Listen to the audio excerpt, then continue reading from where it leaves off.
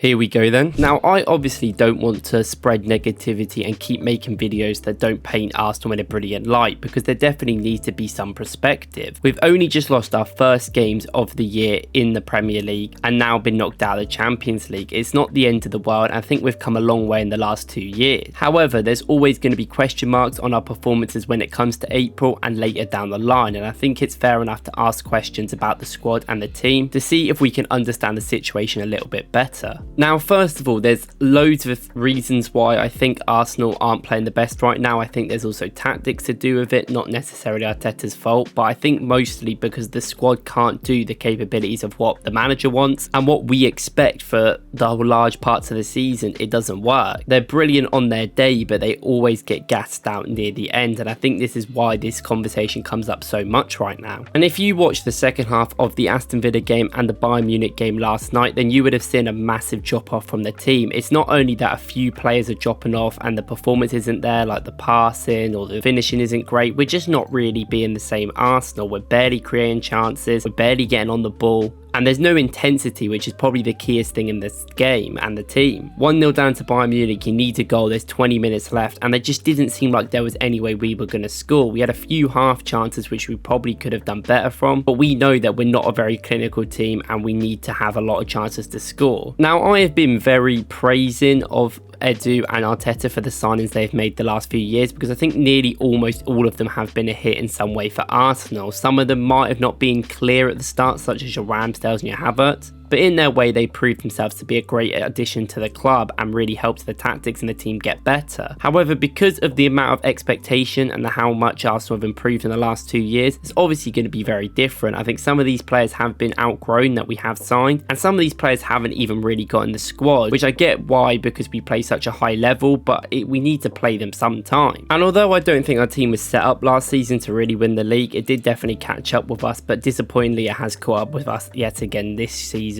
as well, when Arsenal have a really good chance of winning many things, and it seems like it's going to go astray because we just have so many tired legs and they can't get through games. Funnily enough, in the Premier League this season, Arsenal have had 13 players that have over 1,000 minutes in the league, while Man City have 14 and Liverpool have 15. Now, while this isn't a big increase on that level, it gets more deeper when you look at the positions that Arsenal have consistently played. Now, the core of the team has stayed the same most of the season. Saliba has nearly 3,000 minutes, Declan Rice is up there, and so is Saka and Odegaard. And White and Gabriel and them players are realistically playing every single game they can, and the only reason why people like Gabriel have less minutes or Ben White is because of injuries or because they got dropped at the start of the season. That being the main two centre backs, the main two midfielders, and the most important attacker on the team, that's very much a lot of burden for these players to have. Not only that, Arsenal have 7 players that have started more than 26 Premier League games this season, while Man City only have 4, with heavy hitters such as Bernardo Silva, Erling Haaland and Kyle Walker not even being a part of this lot. And Liverpool only have Virgil van Dijk, who's actually started more games than that in the league. They have been rotating their midfield and defence a lot, obviously a few injuries as well as other things, but they've still looked quite compatible and worked with what they have in their team, bringing players in from the youth academy if they feel like they need to. Not only that, despite Arsenal playing clearly less games than teams like Liverpool and Man City due to the FA Cup and other competitions like the Europa League Liverpool are in, Bukayo Saka, Declan Rice, Gabriel and William Saliba have all started 40 or more games this season, playing over 40 as well, while Man City and Liverpool don't have anyone who has done this. And I know these teams have a lot of depth, but they have worked with what they've had a lot, and I think that is something that Arsenal don't have. They need their players to make the system work. They're a very tactical setup side rather than necessarily being a team that can push the tactics away to have that individual quality. Liverpool always get dominated in games, yet they score some worldies and save their game, and that is something that Arsenal do not have, and it is very factual. And realistically, the only way that Arteta stops these players playing so many minutes is if he does rotate the team. And I'm not talking about rotating it obviously in games like the Champions League, but it's games where it comes to playing the lower league teams in the league and being able to rely on other players. He's done it a few times with certain players, but unless we're playing the Lutons at home, he won't do it. Even against Sheffield United away, we saw a full team when we thrashed them. And not only is this bad later on in the season because we need these players to come in and provide some legs legs when our other players are playing up to 4,000 minutes so far this season, which is just stupid amount. It also just shows they're not going to do anything off the bench. If you look at the bench that Arsenal had against Bayern Munich, you didn't really think any of them were going to come on and change the game to an extent. Trossard has been one of the most effective players off the bench, and I think he's scored the most goals off the bench in Europe this season. He's been very good as a great finisher and often is better off the bench than when he starts. Same with Jesus. Jesus is a very good player and has brilliant dribbling, but he isn't a great finisher. Other than that, you look at these players and they just haven't got the minutes this season. Reece Nelson has 268 minutes in the league and has barely done anything and been given any opportunities with only one start. Fabio Vieira's had 288 minutes and they were near the start of the season when we were trying him in different positions, and then obviously got injured, but since then he's not been played at all. Emile Smith-Rowe is a player that can really help in the midfield and only played 331 minutes this season. And I know Partey's been injured a lot, but even when he's come back, he's only played 369 minutes. And the issue is a lot of these players are going to be not very sharp. They're going to be out of the game when they come in because they don't play enough this season to actually get into the game and the flow of things. That's been a big criticism of Partey in particular, that he's not in games when he comes on, he looks quite poor. But when you get limited minutes, even when we play teams that he could play against, there's no options. Arteta doesn't rotate the side, and even when Arsenal will be 3-0 up in games where they're cruising, he'll be very wary to take off players like Saka for some reason, and it takes a while, which I think is costing Arsenal in the long run. And people can say that we've wasted money on these players, such as your Vieiras, your Lokongos, your Tavareses, and I don't think necessarily all of them work, but I don't think they've been given an opportunity to. I don't think Lokongo was given a fair opportunity to actually work and was shifted off, and now he looks really good. Man City and Liverpool also spend a lot of money on making their squad better. Man City have bought Phillips in, Kovacic, Mateus Nunes, really good midfielders. Some of them haven't worked, some of them have been alright for the team, but they get the minutes because Pep Guardiola trusts them in games that matter. Even Liverpool, they put some gambles in this season. They got Gakpo on a cheap, but they got Gravenberch in as well, which is a big risk, and it doesn't play often, but he does get trusted to play at the start of games, and then if not, Klopp will change it early. And we're long enough into this project by Arteta that he needs to trust more players, or at least sign players that he knows that he can have the possibility to trust in the future. Every season it seems that only 13 or 14 players he actually wants to play and wants them every game, even if it doesn't help the tactics in a suboptimal way. I think this tweet by Alexander is perfect on Twitter. Every summer we sign 3 to 4 guys that make the first 16 to 17, and then we end up alienating another 3 to 4. I mean, this season was the same. We got Rice in, and now Partey's completely been shifted out. We got Kivior